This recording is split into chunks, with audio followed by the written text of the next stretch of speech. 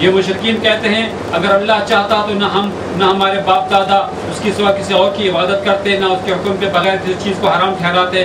ایسے ہی بہانے ان سے پہلے کے لوگ بھی بناتے رہے ہیں. تو کیا رسولوں پر صاف صاف بات پہنچا دینے کے سوا اور بھی کوئی ذمہ داری ہے؟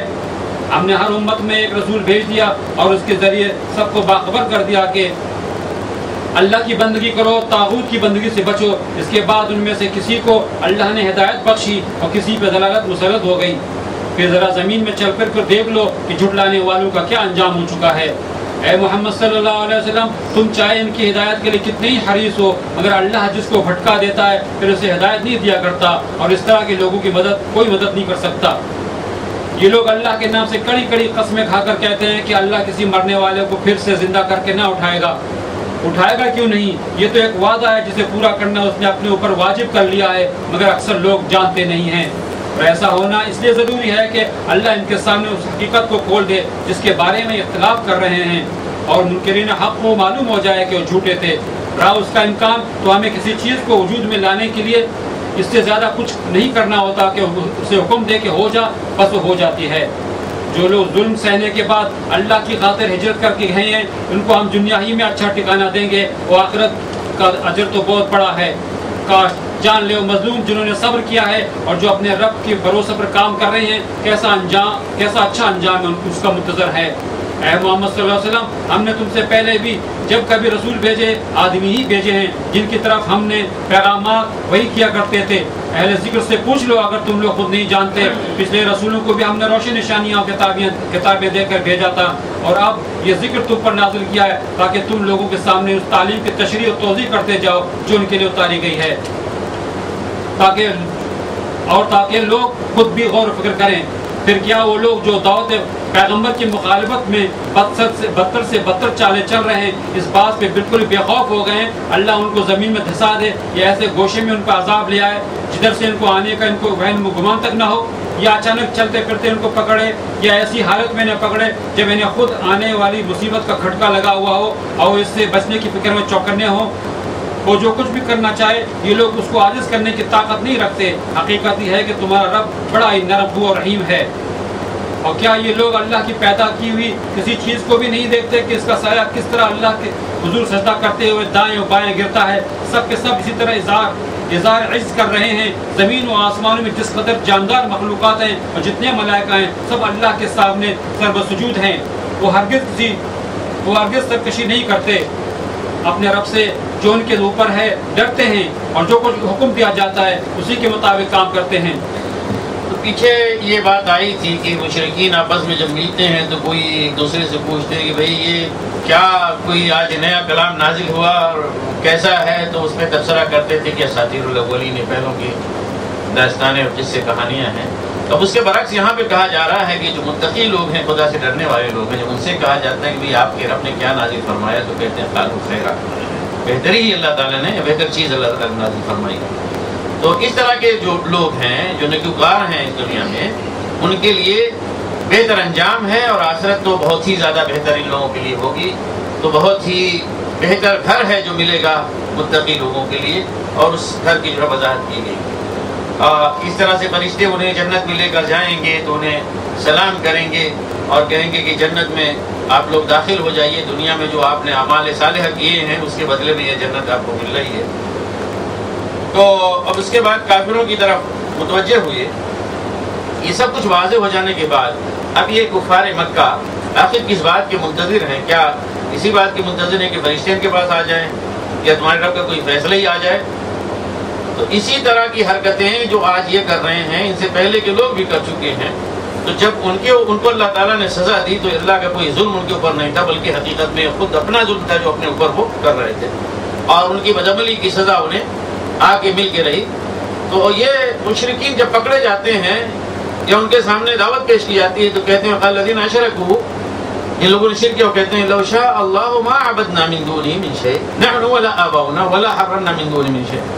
اگر اللہ چاہتا تو نہ تو ہم اور نہ ہی ہمارے آباء و اجداد اس کو چھوڑ کر کسی اور کی پرستش اور عبادت کرتے، اور نہ ہی اس کے مقابلے میں اس سے برعکس کسی چیز کو جو ہے ہم حرام ٹھہراتے. تو مطلب یہ ہے کہ دین آتا ہے بتلاتا ہے بھائی یہ جو عبادت کر رہے ہو غلط ہے، یہ جو حلال کو تم نے حرام کر لیا یہ غلط ہے، تو کہہ رہے ہیں کہ نہیں، کیسے غلط ہو سکتا ہے؟ ہم کر رہے ہیں اور ہمیں کرنے کی اجازت ملی ہے، تو اس کا مطلب کیا ہے کہ اللہ کی مشیت یہ ہے۔ اللہ کی مشیت اگر نہ ہوتی تو ہم نہ کرتے ایسا، تو گویا اپنی بدعملی جو ہے نا اور غلط روی اس کو جو ہے اللہ کے اوپر ڈال دیں گے۔ حالانکہ فرمایا كذلك فعل الذين من قبلهم، ان سے پہلے کے جو لوگ گزرے ہیں انہوں نے بھی ایسے ہی باتیں کی، ایسی بہانے بنائے، جبکہ رسول جنہیں اللہ تعالیٰ نے بھیجا ان کی ذمہ داری صرف یہ ہے کہ واضح طور پر پہنچا دیں۔ فهل على الرسل الا البلاغ المبين، کیا رسولوں نے بتایا نہیں؟ رسول کی ذمہ داری کیا ہے کہ بالکل واضح طور پر کھلم کھلا بتلا دیں کہ اللہ تعالیٰ کا یہ پیغام ہے، اللہ تعالیٰ تم سے یہ چاہتا ہے۔ اب اس کے بعد کوئی نہ مانے تو اس کے علاوہ کیا ذمہ داری ہے رسولوں کی؟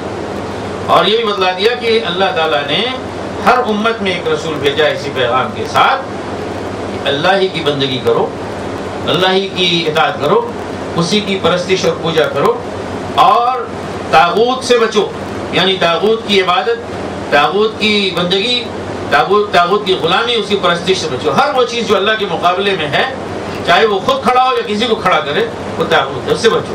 یہی پیغام لے کر آئے۔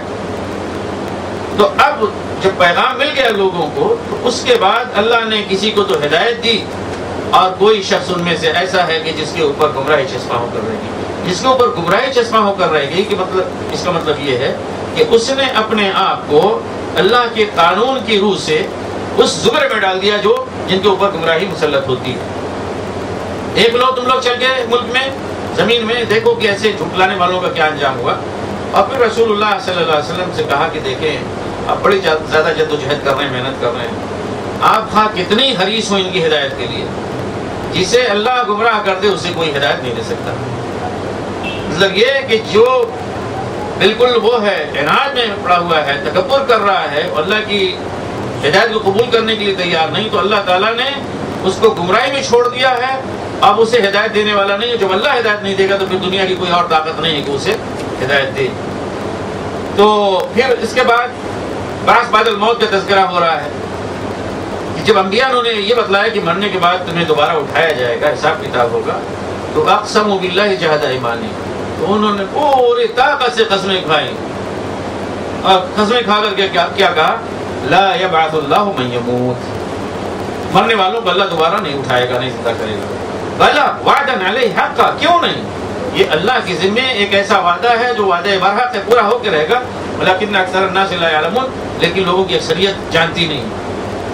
لیبین لہم، کیوں یہ آخرت برپا ہوگی، کیوں اللہ تعالیٰ لوگوں کو زندہ کرے گا؟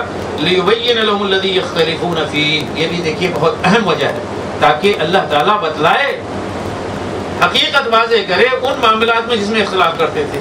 اب ایک ہی مسئلہ ہے، اس میں ہزار رائیں پائی جاتی ہے، ظاہر ہے کہ ہر رائے تو درست نہیں ہو سکتی، رائے ایک ہی درست ہوگی، نظریہ ایک درست ہوگا، دین ایک درست ہوگا، جبکہ دنیا میں ادیان بے شمار پائے جاتے ہیں، نظریات بے شمار پائے جاتے ہیں۔ تو اللہ تعالیٰ اس لیے قیامت برپا کرے گا اور لوگوں کو مرنے کے بعد زندہ کرے گا کہ بتائے کہ آپ یہ نظریہ رکھتے تھے، آپ فلاں کے پیچھے چلتے تھے، آپ کے امام فلاں صاحب تھے، آپ کے نبی وہ تھے، آئیے ہم بتاتے ہیں کہ حقیقت میں نبی کون تھا۔ وَلِيَعْلَمَ الَّذِينَ كَفَرُوا أَنَّهُمْ كَانُوا كَاذِبِينَ، اور تاکہ کافر لوگ بھی جان لیں کہ وہ جھوٹ بکتے تھے، وہ جھوٹے تھے۔ اور پھر آخرت کا برپا کرنا اور لوگوں کو مرنے کے بعد دوبارہ زندہ کرنا، یہ کون سا مشکل کام ہے اللہ کے لیے؟ فرمایا کہ انما قولنا لشیء اذا اردناه ان نقول له کن فیکون۔ ہمارا معاملہ یہ ہے کہ جب ہم کسی کام کا ارادہ کرتے ہیں، کوئی چیز چاہتے ہیں، تو ہم اس سے کہتے ہیں کہ ہو جا، اور وہ چیز کیا ہے؟ ہو جاتی ہے۔ تو یہ انسانوں کا پیدا کرنا کوئی مسئلہ نہیں۔ اس کے بعد والی آیت جو والذین ہاجروا فی اللہ من بعد ما ظلموا لنبوئنہم فی الدنیا حسنہ، یہ آیت اشارہ کرتی ہے کہ اس سے پہلے لوگ ہجرت کر چکے تھے، یعنی ہجرت حبشہ۔ اس کا مطلب یہ ہے کہ بڑے زیادہ ظلم و ستم ان کے اوپر توڑے گئے تھے اور توڑے جا رہے تھے۔ فرمایا کہ جن لوگوں نے اللہ کے راستے میں ہجرت کی، اللہ کے لیے ہجرت کی، بعد اس کے کہ ان کے اوپر ظلم کیا گیا، یعنی مظلوم ہو گئے، تنگ آ کے بیچارے وہ ہجرت کر گئے، تو فرمایا کہ ہم انہیں دنیا میں بھی اچھا ٹھکانہ دیں گے۔ چنانچہ اللہ تعالیٰ نے اچھا ٹھکانہ چند سالوں کے بعد دیا۔ وَلَأَجْرُ الْآخِرَةِ أَكْبَرُ، اور آخرت کا اجر تو بہت ہی بڑا ہے، لَوْ كَانُوا يَعْلَمُونَ کا، اگر یہ لوگ جانتے ہوتے۔ اور یہ کون لوگ ہیں کہ جنہوں نے صبر کیا، اپنے رب کے اوپر توکل کرتے ہیں۔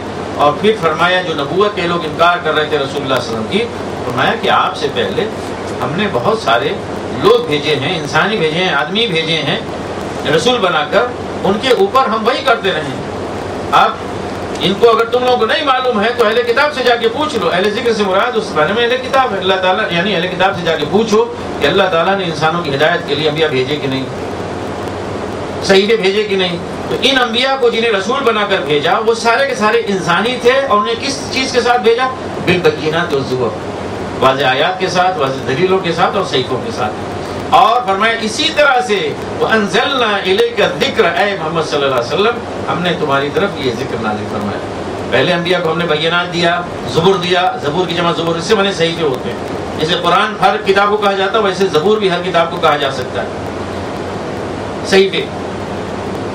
تو ہم نے اب یہ ذکر تمہاری طرف نازل کیا ہے تاکہ تم لوگوں کے لیے واضح کر دو، لِتُبَيِّنَ لِلنَّاسِ مَا نُزِّلَ إِلَيْهِمْ، جو چیز ان کی طرف نازل کی گئی ہے اسے تم واضح کر دو، وَلَعَلَّهُمْ يَتَفَكَّرُونَ، اور تاکہ وہ خود بھی غور فکر کریں۔